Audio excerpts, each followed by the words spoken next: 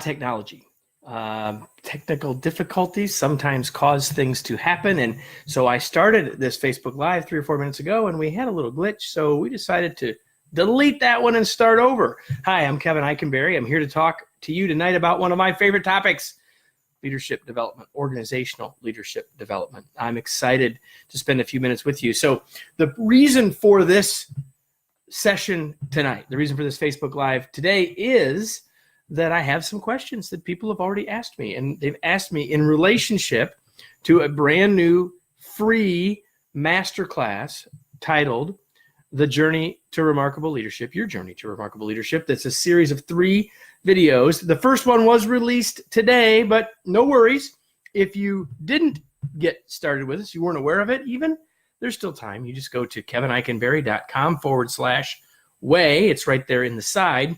And you can click on that and you get registered and you can join us. So the questions that I've got already, it came from people that are already registered and already watched the first video. And so I'm going to answer those questions tonight.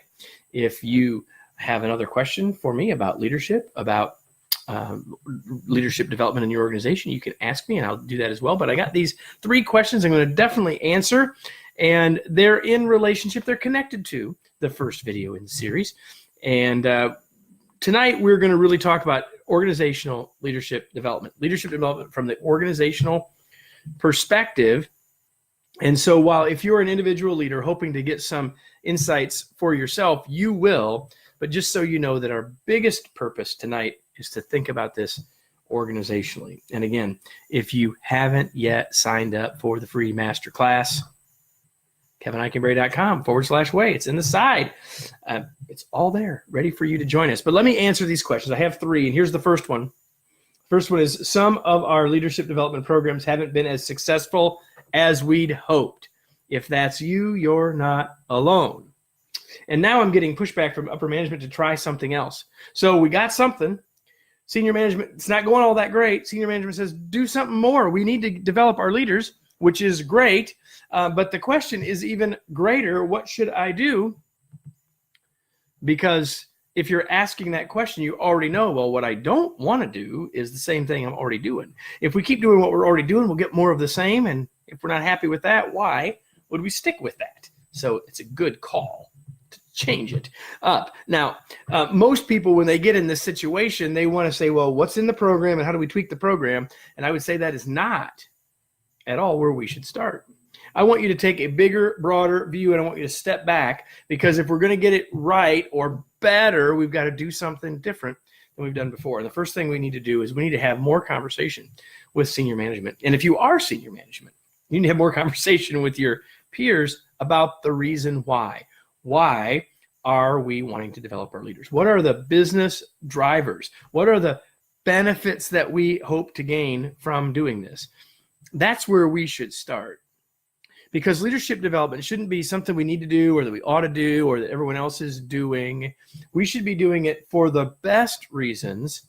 While I believe that developing our people is a good reason in and of itself, we really need to be thinking about, how is this going to benefit our organization? How does this fit with our strategy? How does this help us either maintain the culture we have, create the culture that we need, build the results that we want that we don't have, et cetera, et cetera. So start with the why. Make sure that everyone in the organization is clear on that why before we start building. That's the first thing that we should do. The next thing that we should do is we should think about this as a process. The question that was asked says, we got a program and it's not really working as well as it could.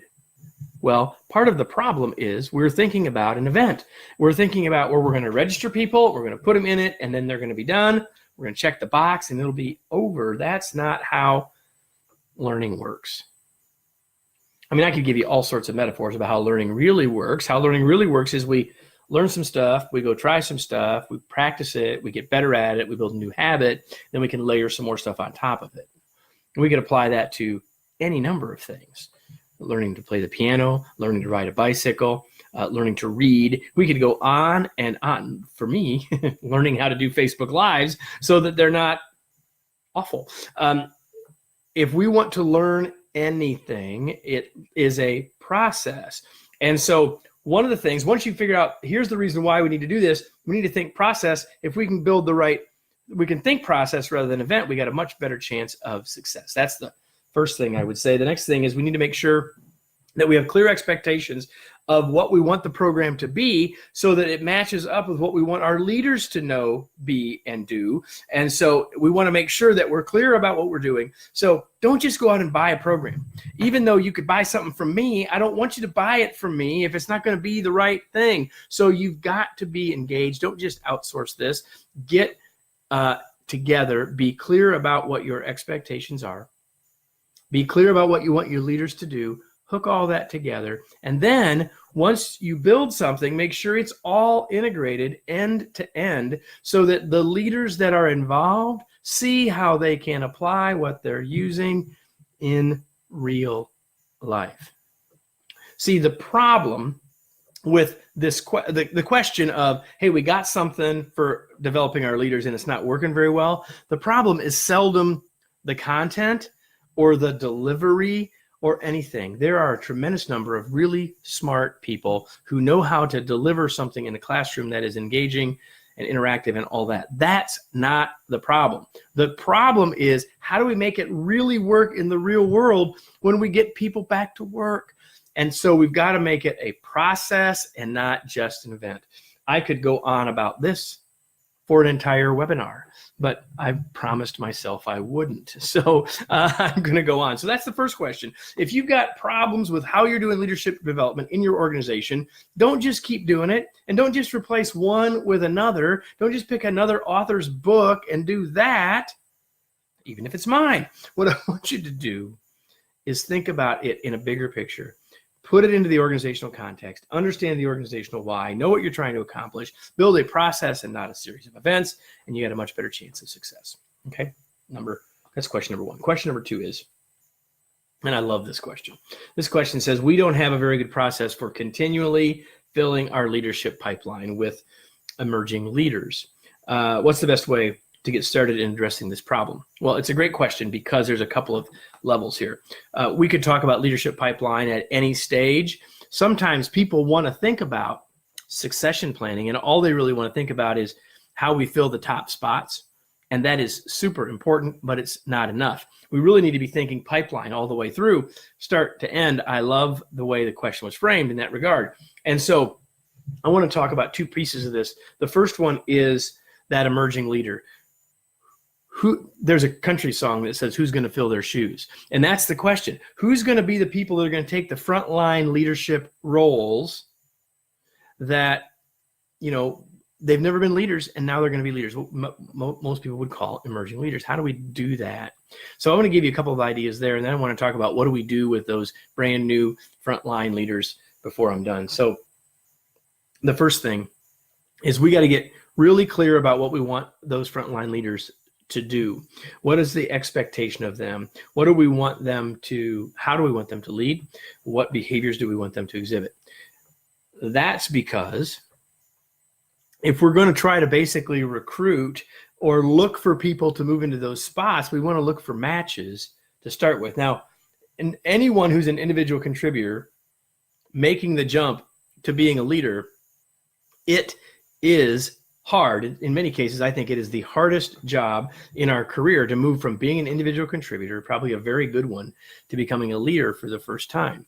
So we really need to make sure that we're going to give people skills, and I'll talk about that in a second, but we really want to have a match. And we want these people who we might call emerging leaders to identify themselves and say, hey, I want to do that. Too often people say, I want to be the supervisor only because they think that's what you're supposed to do, or that's the only way they can make more money. Now, what we really need to do is make sure that before they make that move, they know what they're getting into and they're ready to buy into it. So we want to set clear expectations about what the job is and help them know what that is. And then we want to start asking people what their career goals are. And so we basically want to be proactive about looking for folks, helping them selecting them, recruiting in some ways. I think we want to market this. Now, some people say, well, I don't want to talk about that because I don't want to raise people's hopes. I don't want to think, well, we're going to tap them and then they don't get the job and then they're all upset. Well, that's a risk. But if we're really clear with people about why we're having this conversation and what we're doing and why we want to engage them, I don't think the risk is as big as you might think. Plus, remember always that leadership isn't a position, it's an action. So if we're actively trying to get people who are interested in being emerging leaders, it's not just about filling a spot, it's about helping people build skills, change their perspective so they see things differently, so they're more successful. Man, that's where it's at. Okay, now, so that answers that question in part, but I have a soft spot, as some of you might know, in my heart for the new leader, the first time leader, the frontline leader. I co-wrote with Guy Harris a book called From Bud to Boss, and we wrote it for those people who are in their first leadership job. They were a peer last week, and next week they're doing performance reviews. And so, man, if you are thinking pipeline and you're thinking from the beginning and not just at the top, really think about how you're going to engage and support and grow those front line, first level leaders. Because, man, that's where the biggest and greatest leverage in your organization is. They're the people that are the face of the organization to the largest group of others. And if we put them in a job and don't give them the chance to be successful, they probably won't be as successful as they could be. They'll figure out something. It may not be what you really want them to do. And the longer they do it in a less than optimum way, the harder it will be to change their habit, because that's exactly what they're building, is a habit. You've tried to change a habit, right? It's hard. And so the more that we can be thinking about leadership pipeline, I love the question. Again, leadership pipeline is a great way to think about it. So the last question that was sent to me for this time. Now, before I answer this question, let me say again, if you're just joining us, that this is questions that came to us from folks who are in our brand new masterclass called The Journey to Remarkable Leadership. And even though it released today, the first in the series of videos, even though it was released today, there's still time for you to get in. Just go to kevineikenberry.com/way, and you can join us. So the questions came from those folks, right? And so here's the last question. So I've got executive leadership. This is an executive leadership question. So I can't get my executive leaders to see the need for their own development. How can I convince them to spend time and money on their leadership development as well? Well, what's implied in the question is that they're open to helping others in the organization grow, which is great. But oftentimes executives say, "Well, I don't need it," or I'm already late. I've already got it figured out," which is, of course, a bit of an egotistical answer, right? Well, I've got it figured out. Listen, leadership is hard. It's complex. You got folks who are amazing. You got human beings who are amazing and wonderful and talented and messy. And there's no one way to do it and one way to do it well. And if you got folks to the executive level, they have a level of skill in leading, of course. And so are all the other leaders in your organization. They have some level of skill, of course, and you want to make them better. The same is true for your senior executives. I said earlier that our frontline leaders are a great leverage point, but of course, the folks at the very top they're the bellwether. They are setting the direction, they're setting the tone, and they have a huge impact on organizational success. And here's the thing, if those senior executives believe in leadership development for everybody else, the exact same reasons that they give when they're saying why we're going to invest in other leaders are exactly the same reasons you parrot back to them. It's interesting that this question comes up because I'm going to, in about a week, do a webinar. And this webinar is titled Keys to Develop. I've got to read it to you because I don't remember it exactly. Keys to Developing Executives, What They Need and How to Influence Them to Do It. So the first thing I want to say is, if you like the sound of that webinar, send me a Facebook message. You got my email, you got my message here, send it here, put it in here, give us your email address, or send an email to info@kevineikenberry.com and say, I want to get on the webinar, and we'll get you access to the webinar. So we're doing it for a specific group, and we'll make it available to you because you're watching the Facebook Live. So just probably the easiest way, send an email with your email address to info@kevineikenberry.com and say, I want the executive leadership development webinar, and we'll take care of you. So, but here's the thing. If you can't convince them, you have to realize that there's a bunch of reasons why they may be resisting it. They may say, we need to invest the money in somebody else. They may say, I don't think I need it anymore. They may, if you want the truth, they may be a bit reticent or even embarrassed to say that they feel like they need leadership development because maybe they feel like they're supposed to already have it figured out. And that's incredibly important to think about. So the point is, there's a whole bunch of reasons why executives might be reticent or don't want to do it. And so if you're the person that's trying to convince them or influence them, you got to create a conversation about it. Help understand what their reasons why for developing others are, and see how many of those things apply to them as well. That's the first thing. Second thing is, try to understand what their concerns are. And thirdly, help them think this through.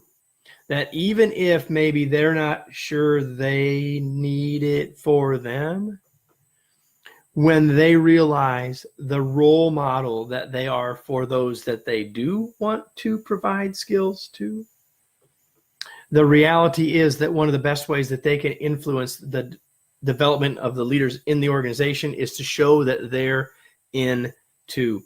For them to engage in leadership development, whatever it looks like, whether it's in the same programming as everybody else or whether it's doing something different that maybe fits their needs, the reality is that their role modeling of the behavior is one of the best things that they can do to make it work for everybody else. So even if you can't convince them that they need it for them, you can convince them that their behavior and their role modeling can be the most powerful way that they can influence everybody else. So there you have it. Again, a whole webinar there. Now, I got 3 questions tonight, each of which could have easily gone for an hour, but listen, I'm done. I've done those 3. I haven't gotten anything else that's come in. I am so glad that you chose to spend some time with me, whether you're live or you're watching this later. Either way, hopefully this was helpful. Again, if you haven't yet signed up for the masterclass video series, The Journey to Remarkable Leadership, now's your chance. Follow the link that you see off to the side there, kevineikenberry.com/way, and join us. Thanks so much for being here. I'm going to be back in 3 days with another one of these with other questions. So if you like this, come on back on the 6th and bring your questions, and we'll answer them then. Thanks, everybody. Have a good night.